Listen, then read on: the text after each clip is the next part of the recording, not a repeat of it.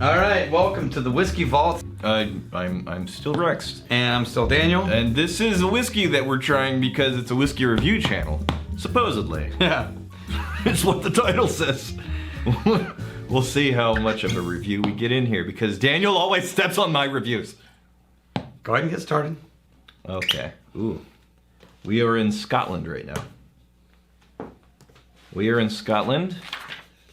This is a really dark, fruity, rich, sweet Scotch. Man, those plummy, figgy, a little bit of, it's not nutmeg, it's not cinnamon, there's a little bit of something, some kind of spice in there. Are we in a high proof Speyside or a Highland? You want to see? Yeah. You ready? Yeah. It's Compass Box. Compass Box. It's a blend. All right. Yeah, I love Compass Box. So this one is a blend honoring Delilah's, which is an extremely famous and highly respected bar in Chicago. Just a lot of citrusy, spicy vanilla. See, I wasn't getting the citrus. I'm getting vanilla on the taste, not the nose. I just now tasted it. Yeah, but the nose to me it's creamy and vanilla-y. I was getting a much more darker, plummier, like figgier nose. No, that's definitely in there. Right. But to me, it's behind the vanilla. So if it is fruit, then it's fruit with like English cream on it, right? Like a vanilla cream. Okay. It's okay. So like, people think berries and cream. It's whipped cream. It's not whipped cream. Okay. It's halfway, and in consistency, it's thicker and denser than whipped cream, and it's not as sugary as whipped cream. Right. That's English cream. Have you tasted it yet? No, the nose is really interesting. It keeps changing. When I first picked it up, I got this musty, sort of oaky funk. So on the nose, it was dark fruit dominant for me. On the taste, I'm getting the oakiness that you just mentioned. It turns into almost like a nice fruity bitter finish. The longer I sit with it, the more the dark sherry notes come out. I will tell you this though, of all of the Compass Box labels, which they got some mad label skills. Yeah, they do. This is my least favorite label. You know why? Why? Because you're not a big punk rock guy. Am I not? This is a big punk rock. So if you've got in DC, you've got Jack Rose. Are you the whiskey punk bar. rock? We just established that. I'm not. You're the James Taylor guy. Yeah, I'm not punk rock. Yeah, I'll James Taylor whenever I'm. So in DC, you got Jack Rose. In New York, you got the Brandy Library. These are world famous whiskey bars, right? Classic. In Chicago, you've got Delilah's, which is like, if a bartender comes out of Delilah's, they never need to look for work again in their life. Oh, really? Let's just put it that way. So, right? It's just, it's really highly respected. The owner, what's his name? Mike Miller. Yeah.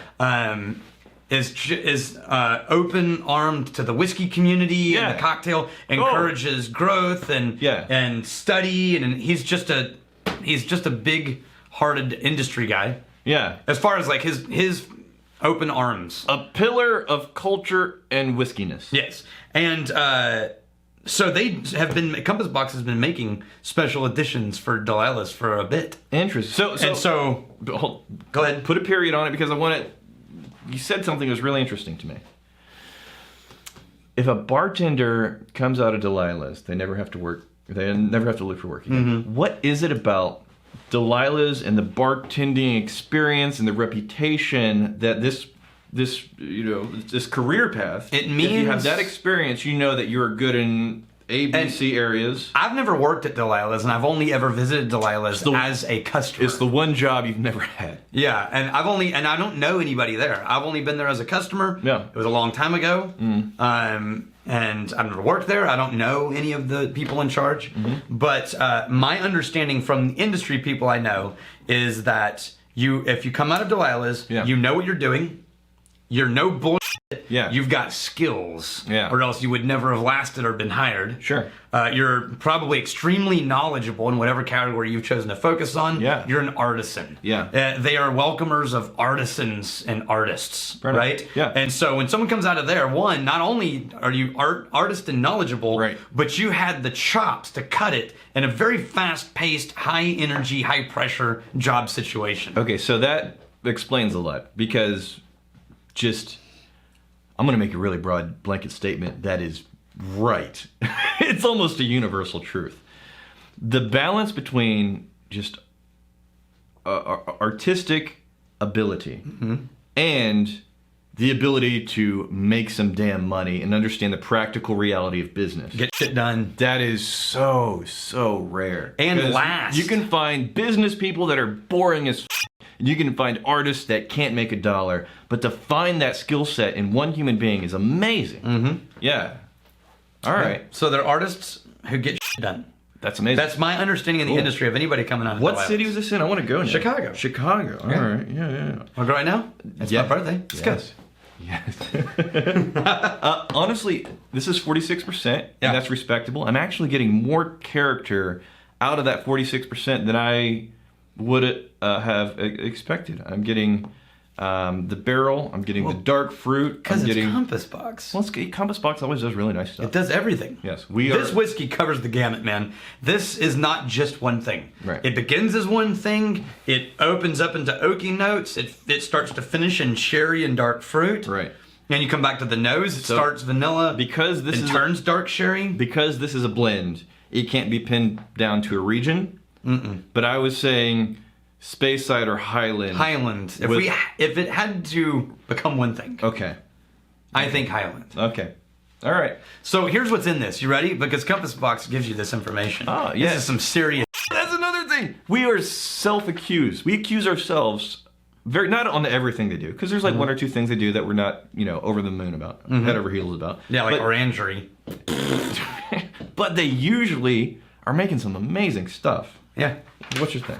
Okay, so they started with 48% of what went into this was left over from the last time they did a blend, or the last blend of Delilah's, or the original 2013 blend. So for consistency, they're trying to... Yeah. So that original blend was Cameron Bridge malt whiskey, or Cameron Bridge, malt whiskey from Tananic, and malt whiskey from Glen Elgin. So that's 3 distilleries. Yeah. So they took that blend, put it in, then they added to it, and that went in at 30%. I'm getting a little bit of salt now that I've lived past the fruitiness.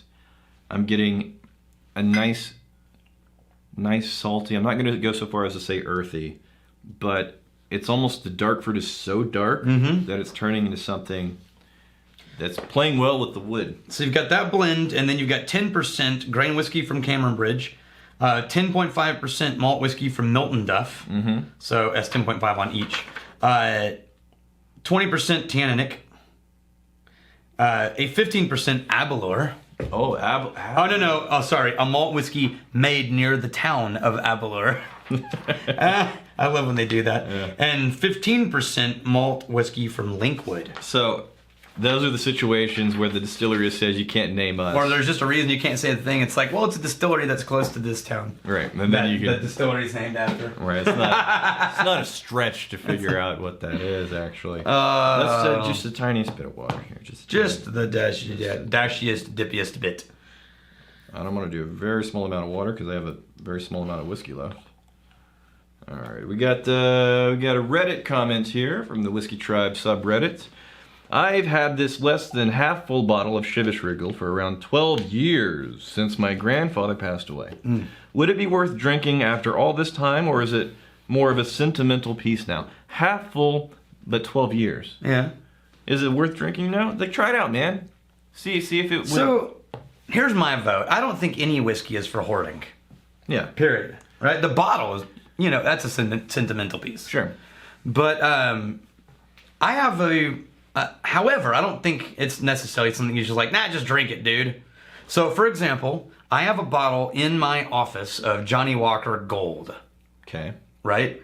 Which is not one of my favorite whiskeys, but it's a really good blend. Yeah. Right? And it was given to me by Roy. Okay. Roy said, I don't ever drink whiskey. Roy's my dad. Yeah. I don't ever drink whiskey. Yeah. But this whiskey was given to me by, my name is... Woody Justice? Woody Justice. Okay. Woody Justice, one of Roy's closest old friends. Oldest clients. Yeah. And oldest client brought that bottle to Roy's house and left it there. Yeah. And when Woody died, he thought this needs to go somewhere that matters. Yeah. So he brought it to my office, and it's half full, and who knows how long, because Roy didn't drink it. Sure. How long it's been half full. Yeah. And what we decided was we get that whiskey out only when we talk about friends. And we pour it, and everybody gets a little dram, and you tell a story of someone who is truly a friend, and one story of why. Yeah. All right. And so I think a whiskey like that, if you consume it, do, Right. but do it on purpose. And I think the spirit of the question is the whiskey gone bad at that point? No, it's fine. Oh, yeah? It's not going to be the same, but it won't be water. Right. Yeah. But it was Chivas 12 in the first place. It's fine. Speaking of water, I added a little bit of water. It made the finish more interesting, but everything leading up to the finish got tamed a bit. Okay, well, the nose to me when I added the water changed completely to cherried candies. Okay. Yeah, I'm not getting a wildly different nose, but on the taste... It pushes all the spice to the back and sides of your tongue. Yes, absolutely. That's weird. Absolutely. Okay, one more. We got. I like it better without water, but it's nice with water. I would agree. We got the Dylan Trixie Grill here. So I saw this a few minutes ago. Thoughts? Talking about a hardwood whiskey glass. So you have like Glencairns made out of wood. I think. Yeah, people are starting to make wooden glasses because whiskey's aged in wood. So you should. So I bought a pair from a Kickstarter the other day, probably more of a gimmick than anything. and even though the wood was cleaned and oiled and prepped, can you taste the wood? yes. Oh. You can. It tastes like drinking whiskey while licking a piece of wood. Oh. It's just not great. Okay. And the wood's gonna have usually like a bitter taste. Dry. It just tastes dry. Yeah. It's weird. Huh. It's weird. Okay. I'm not a fan yet. Fair enough. Maybe it needs to season or age or something, but I didn't like it. I feel like there's like 3 things that I wanted to mention in this. I made that, by the way. Well, we're coming up on the Advent calendar. Oh. Okay. It's only a few days away, and we are going to be releasing Advent videos simultaneous to Whiskey Vault episodes. This is what it was. I'm sure it's too late now. Maybe not. I don't know, depending on what shipping. All right. So I saw a comment. We're running low on time. I'd pull it up. Somebody was asking, Master of Malt isn't doing an Advent calendar this year. Right. What are you guys talking about in terms of your Advent calendar? We're doing the Secret Spirits. If you look up secretspirits.com/whiskey tribe. Right. Then that's the one we're doing. And they'll still ship it to you even if you try to get caught up a few days late. Oh. That's fine. Fair enough. So it's not cheap. It's in the $400 range or something like that. That's the one that we will be doing. So that's definitely more money than the Master of Malt, but you definitely get more whiskey than the Master of Malt. And that's why also we're releasing 2 videos at a time so that you can still have Vault videos if you didn't do that Advent calendar for the December. Damn, it's just good whiskey, man. And I'll probably be doing the Advent calendar alone since that's nerd heaven. It's tradition. Yeah.